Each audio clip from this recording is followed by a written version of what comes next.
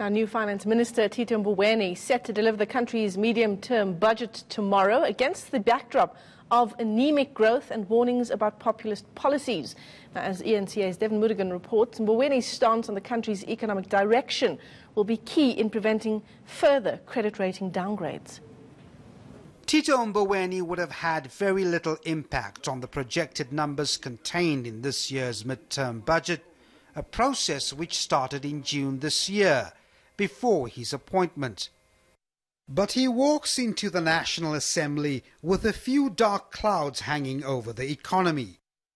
Growth too weak to generate the required tax revenue, pressure ahead of an election to satisfy millions of economically marginalized South Africans, and the reprioritization of 50 billion rand to fund a stimulus plan. It's a big dilemma because it will be difficult for them to figure out where to cut. And public sector wages have been one of the most contentious things, 14% of GDP, and people have been trying to see how government works around that. And at the job summit, they promised that they're not cutting jobs. So that's out the window. So what more can they do?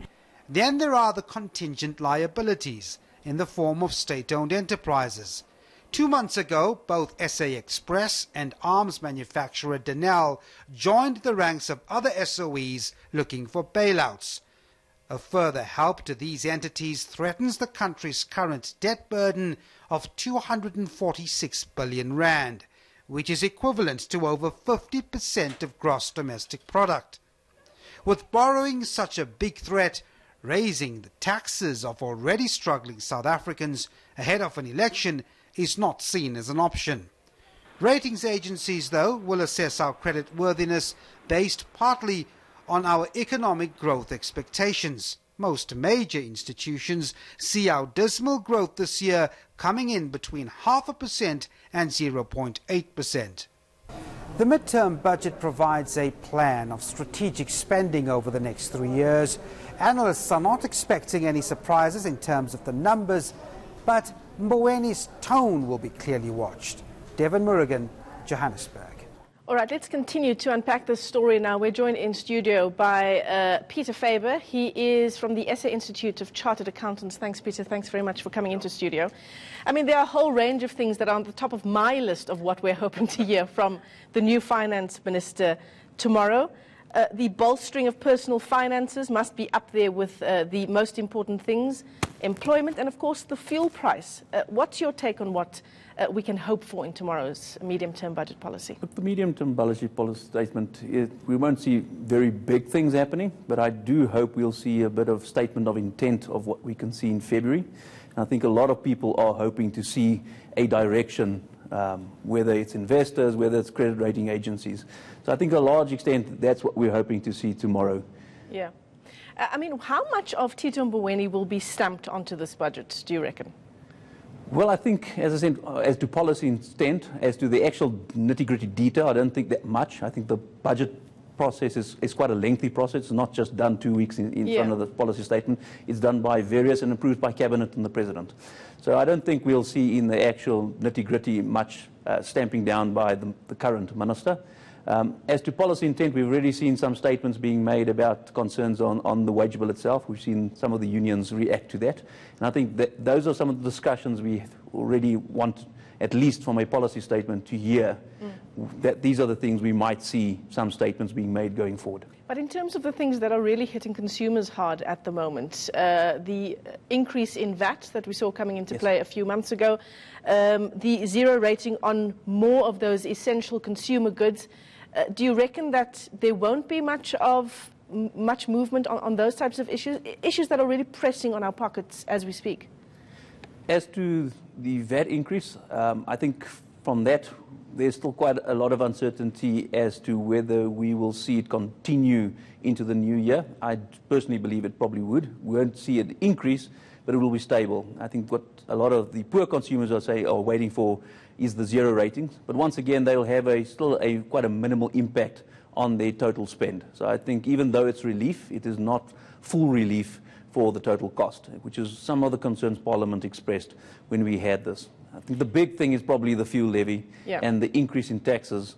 But there again, currency depreciation and a rising oil price is probably going to be a lot bigger concern than whether we get a 5% or an 8% RAF or general fuel levy increase. So among all of these issues, government has this delicate balancing act where it needs to think about the effect on poorer consumers versus the effect on our bottom line as a country. Is that a difficult one? Well, it is a difficult one because there's so many priorities, there's so many issues burning. And I think the one big concern to all of us is the, call it, known unknowns. So what is it going to cost the fiscus for things like the SOE guarantees, infrastructure collapsing, things like sewage and waterworks, road infrastructure, rail. So all these things that we have big concerns of, but we don't know what the money, and even now municipalities, we've seen quite from the Auditor General's report, a lot of dysfunctional municipalities and a lot of them in financial trouble, which somebody's going to have to pay for. And I think these are the even bigger concerns of what are we going to have to pay for that we don't have quantified currently.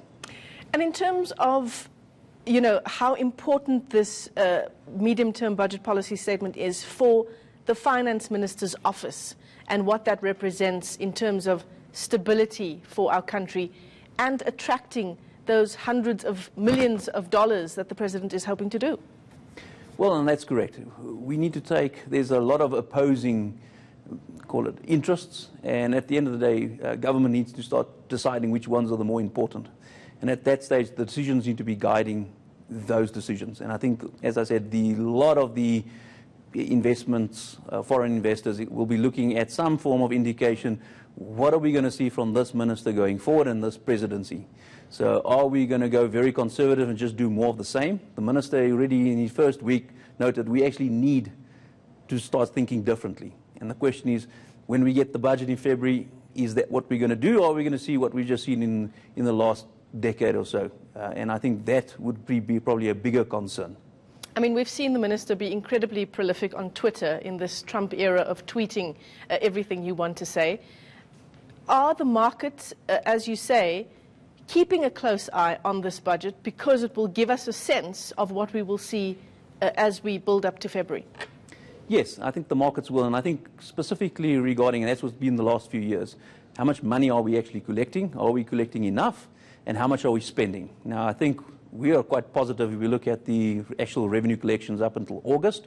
They've actually been just over budget year to date as compared to last year at the same time from a budgetary perspective.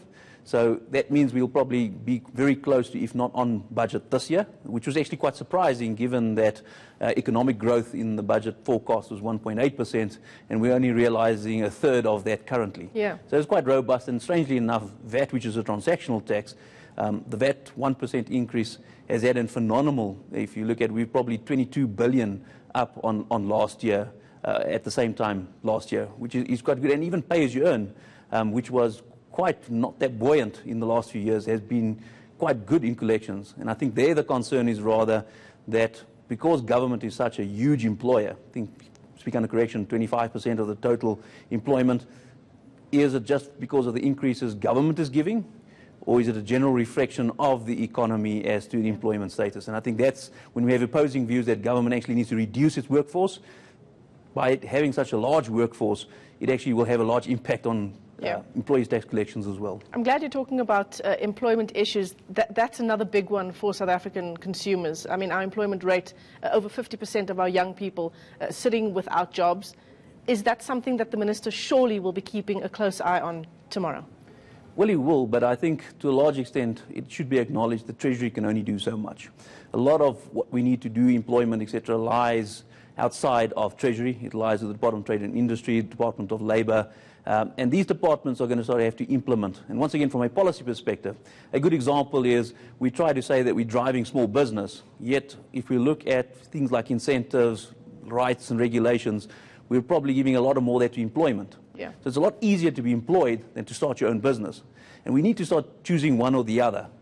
If we're saying that small business is the future of this economy, well, we should be incentivizing it a lot better to actually, for those small businesses, not just start up, to actually run successfully. Yeah, absolutely. I'm hoping that that will be one of the big issues that the minister does focus on tomorrow. Thanks very much for coming into studio. Pieter Faber is from the SA Institute of Chartered Accountants as we continue to discuss what we're hoping to hear come out of the new finance minister's maiden medium-term budget policy statement.